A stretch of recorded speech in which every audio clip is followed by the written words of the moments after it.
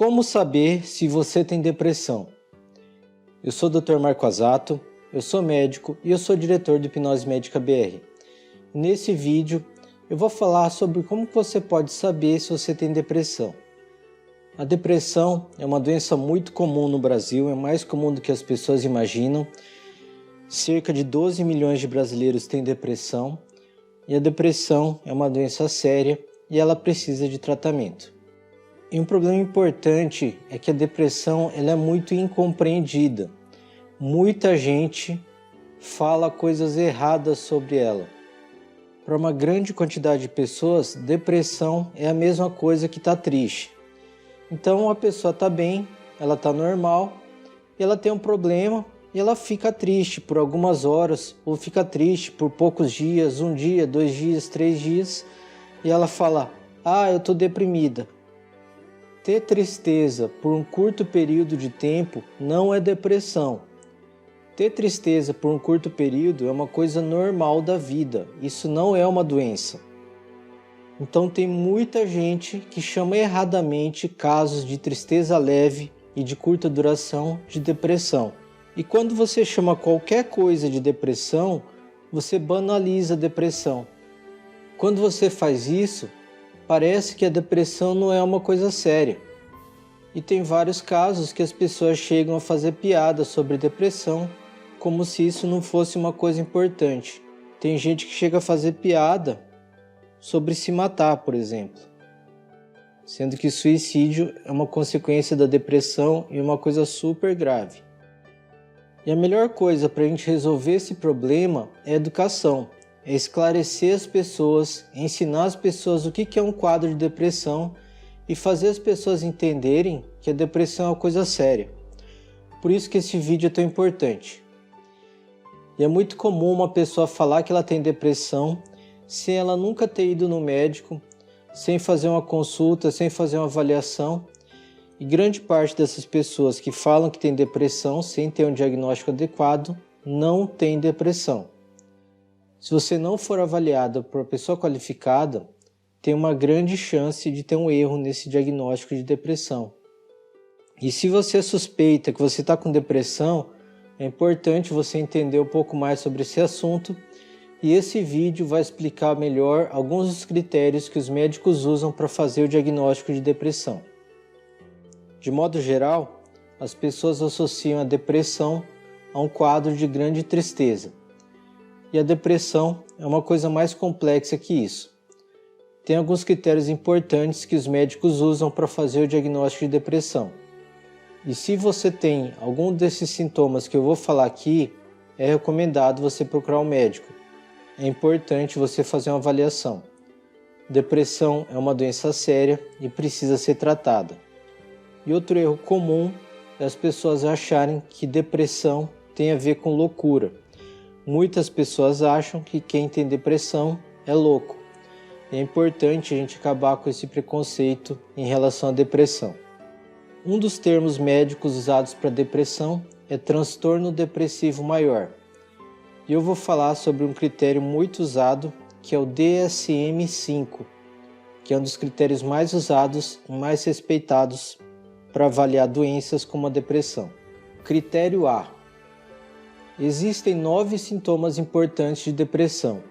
Para a pessoa ter depressão, ela precisa ter pelo menos 5 desses 9 sintomas. É necessário que esses sintomas estejam presentes por pelo menos 2 semanas e a pessoa tenha uma alteração em relação ao funcionamento anterior e um desses sintomas precisa ser necessariamente humor deprimido ou perda de interesse ou prazer. Sintoma 1. Humor deprimido na maior parte do dia, quase todos os dias. Conforme indicado por relato subjetivo, por exemplo, a pessoa se sente triste, vazia ou sem esperança, ou por observação feita por outra pessoa. Por exemplo, parece choroso. Sintoma 2.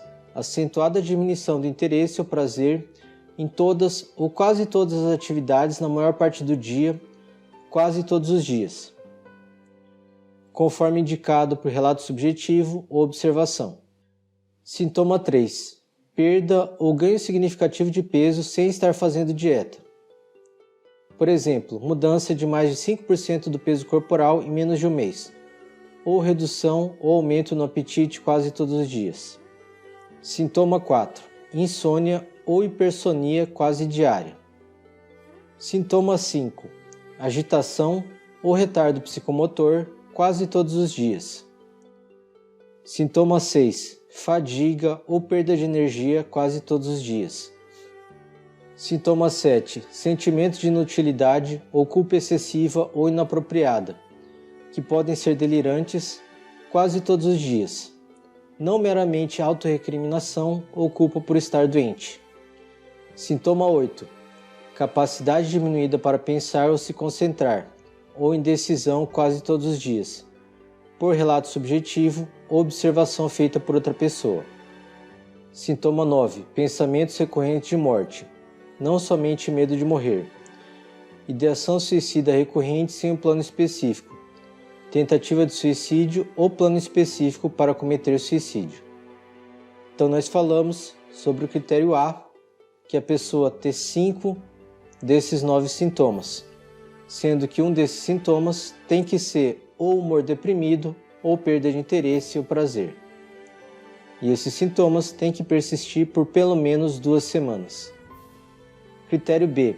Os sintomas causam sofrimento clinicamente significativo ou prejuízo no funcionamento social, profissional ou em outras áreas importantes da vida do indivíduo. Critério C. O episódio não é atribuível aos efeitos fisiológicos de uma substância ou a outra condição médica. E tem o critério D e E, que são mais específicos, não importa muito para pessoas que não são especialistas na área.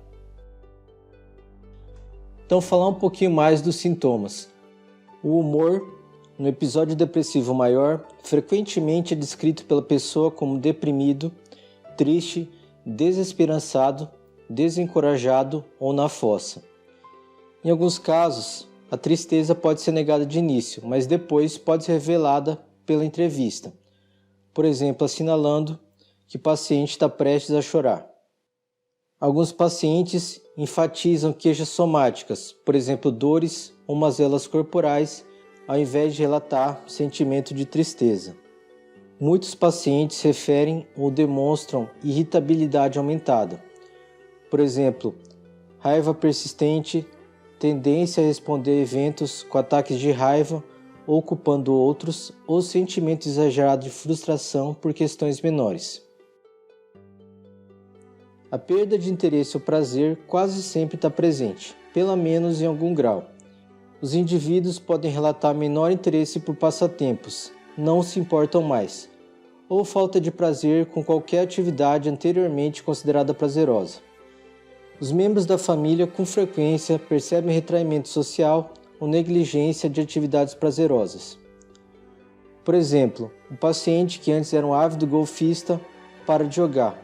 Uma criança que gostava de futebol começa a dar desculpa para não jogar mais. Em algumas pessoas tem uma redução significativa dos níveis anteriores de interesse ou desejo sexual. As alterações no apetite podem ser redução ou aumento.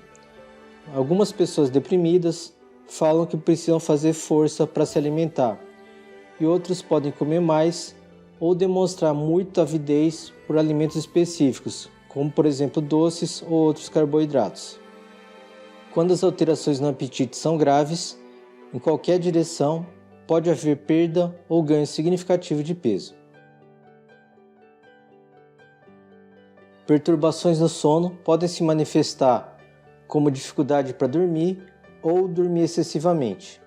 Em relação à insônia, ela pode ser uma insônia intermediária, quando a pessoa desperta durante a noite e tem dificuldade para dormir. Pode ser uma insônia terminal, a pessoa desperta muito cedo e não consegue voltar a dormir. E também pode ser insônia inicial, a pessoa tem dificuldade para adormecer. E também a pessoa pode ter sonolência excessiva, hipersonia. Pode ter episódios prolongados de sono noturno ou pode ter sono durante o dia. As alterações psicomotoras incluem agitação, por exemplo, incapacidade de ficar sentado quieto, de ficar andando sem parar, agitar as mãos, puxar ou esfregar a pele, roupas ou outros objetos, ou pode ser retardo psicomotor. Discurso, pensamento ou movimentos corporais identificados, maiores pausas antes de responder, fala diminuída em termos de volume, inflexão, quantidade ou variedade de conteúdos ou mutismo. Diminuição da energia, cansaço e fadiga são comuns. O paciente pode falar que tem fadiga persistente sem esforço físico. Mesmo as tarefas mais leves parecem exigir um grande esforço. Pode ter diminuição na eficiência para realizar tarefas. O paciente pode se queixar, por exemplo, que se lavar e se vestir pela manhã é uma coisa cansativa e pode demorar o dobro do tempo do habitual. E o sentimento de desvalia ou culpa associada com o episódio depressivo maior pode incluir avaliações negativas e irrealistas do próprio valor, preocupações cheias de culpa ou ruminações acerca de pequenos fracassos do passado. E esses indivíduos frequentemente interpretam mal eventos triviais ou neutros do cotidiano, como evidência de efeitos pessoais e têm um senso exagerado de responsabilidade pelas adversidades. E esse sentimento de desvalia ou culpa pode assumir proporções delirantes. Por exemplo, a convicção de ser pessoalmente responsável pela pobreza que há no mundo. Muitos pacientes relatam prejuízo na capacidade de pensar, se concentrar ou tomar decisões. Essas pessoas podem estar facilmente distraídas e se queixar de dificuldade de memória. E pessoas com atividades acadêmicas ou profissionais frequentemente não conseguem funcionar de forma adequada. Pensamentos sobre morte, ideação suicida ou tentativas de suicídio são comuns. E esses pensamentos variam desde um desejo passivo de não acordar pela manhã ou uma crença que outras pessoas estariam melhores se o indivíduo tivesse morto, e até pensamentos transitórios, porém recorrentes, sobre cometer suicídios ou planos específicos para se matar. E as pessoas mais gravemente suicidas podem ter colocado seus negócios em ordem, por exemplo, atualizar o testamento, pagar dívidas, podem ter adquirido materiais necessários, por exemplo, corda ou arma de fogo, e podem ter estabelecido um local e um momento para consumarem suicídio. E as motivações para o suicídio podem incluir desejo de desistir diante de obstáculos percebidos como insuperáveis, intenso desejo de pôr ao fim a um estado emocional extremamente doloroso e incapacidade de antever algum prazer na vida ou desejo de não ser uma carga para os outros. Então esses são os principais critérios diagnósticos de depressão segundo o DSM-5. Aí, se você acha que você tem depressão, é importante você procurar um médico. Se você tiver dúvida em relação a isso, procura um médico. Depressão é uma coisa importante. Depressão precisa ser tratada adequadamente. E tem uma solução que é muito boa para depressão, que não precisa de medicamentos, que é a hipnose médica. Para saber mais sobre hipnose médica, para entender como que a gente pode te ajudar, entre em contato com a gente. Aqui abaixo desse vídeo tem os nossos dados de contato. E se você achou que esse vídeo te ajudou, se você acha que esse tipo de informação é útil para outras pessoas, compartilha com elas. Eu sei que esse assunto é um pouco difícil, é um assunto técnico, mas é importante que as pessoas tenham acesso a esse tipo de informação. Deixa sua curtida nesse vídeo, se inscreve no nosso canal e comenta aqui o que você achou desse vídeo. Muito obrigado pela sua atenção, um grande abraço e até mais.